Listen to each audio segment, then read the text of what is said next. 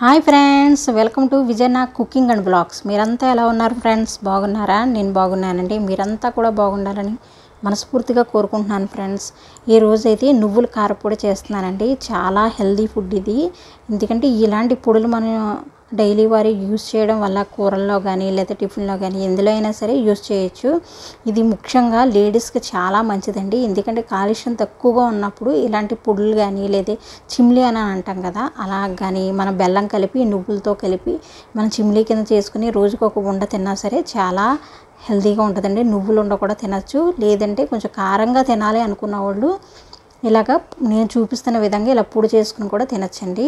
ఈ నువ్వులను అయితే నేను ఒక 1/2 కేజీ పైనే నువ్వులు తీసుకున్నాను. వీటిని అయితే దోరగా వేయించుకుంటున్నాను. నువ్వులు దోరగా వేగాలండి. బాగా మాడిపోయేటట్టు అయితే వేయించకూడదు. దోరగా వేగిన నువ్వుల్ని తీసి పక్కన పెట్టుకోవాలి. అవి చల్లారిన తర్వాతే మనం పొడి కొట్టుకోవాలి.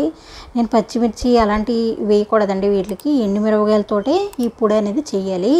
ఈ నువ్వులు కారపొడికి ఎండుమిరపకాయలు అనేది కొంచెం కారానికి తగ్గట్టుగా, మీరు ఎక్కువ తినేవాళ్ళు అయితే ఎక్కువ కారం వేసుకోవచ్చు. కానీ కమ్మదనంగా ఉండాలంటే మటుకి కారం తక్కువ వేసుకుంటేనే బాగుంటుంది.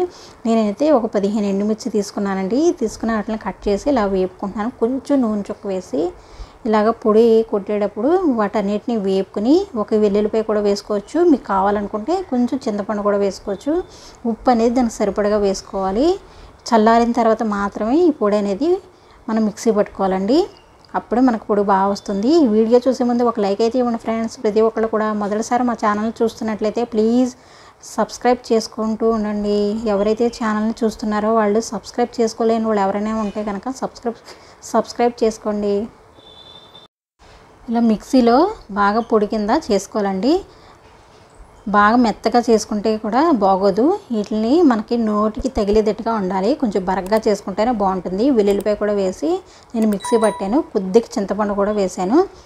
మీకు చింతపండు ఇష్టం లేని వాళ్ళు ఇంకా కమ్మగా కావాలనుకుంటే చింతపండు అనేది స్కిప్ చేసేయచ్చు. అలా కూడా పొడి చేసుకోవచ్చండి.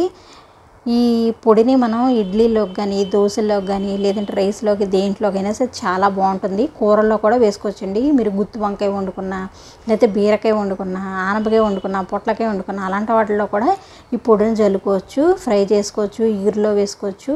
టేస్ట్ అయితే చాలా బాగుంటుంది. డైలీ ఒక స్పూన్ అన్నా మీరు వాడడం వల్ల హెల్త్కి చాలా మంచిదండి. ముఖ్యంగా ఆడపిల్లలకి ఇలాంటి పొడులు పెట్టడం వల్ల కొంచెం హెల్తీగా ఉంటారు. కాలుష్యం అనేది చక్కగా ఉంటుంది. ఎముకల బలం కూడా బాగుంటుంది. ఇదిగోండి ఇంకొక పొడి చూపిస్తున్నాను. దీన్ని పుట్నాల పొడి అంటారు. మీకు అందరికీ తెలిసే ఉంటుంది. చాలామంది వీటిని గుల్ల శనగపప్పు అని కూడా అంటారండి. వీటిని కూడా అంతే. నేను ఇడ్లీలోకి కానీ దోశలోకి కానీ మనం రైస్లో కూడా తినచ్చండి. ఇది కూడా పొడి చాలా బాగుంటుంది. టేస్ట్ బాగుంటుంది. చాలా ఏరియాలో దీన్ని గన్ పౌడర్ అని కూడా అంటారు. ఎందుకంటే కొంచెం వేరుశనగ గుళ్ళు కూడా కలిపి ఈ పుట్నాల పొడి చేస్తారు. దీన్ని గన్ పౌడర్ అని కూడా పిలుస్తూ ఉంటారు. నేనైతే ఎండుమిర్చి దీనికి కూడా అంతేనండి. సమానంగా తీసుకున్నాను. ఒక 10 ఎండుమిర్చి తీసుకుని వాటిని చిన్న చిన్న ముక్కలుగా కట్ చేసుకున్నాను. ఇలాంటి పుళ్ళు ఏమైనా చేసుకునేటప్పుడు కారం ఎక్కువ వేసుకోకండి. వాటికి అమ్మదానం ఉంటేనే బాగుంటుంది.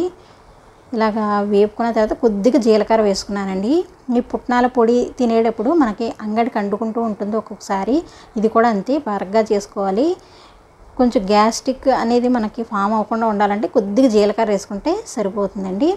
చక్కగా టేస్ట్ ఉంటుంది. హెల్తీగా కూడా ఉంటుంది ఇలాంటి పొడులు చేసుకోవడం వల్ల. ఇదిగోండి ఈ పుట్నాలు కూడా లైట్గా వేపుకుంటున్నాను. ఇవైతే 2 గ్లాసులు తీసుకున్నాను. 1/2 కేజీకి కొంచెం తక్కువలో ఉంటాయి. సరిపోతుందండి.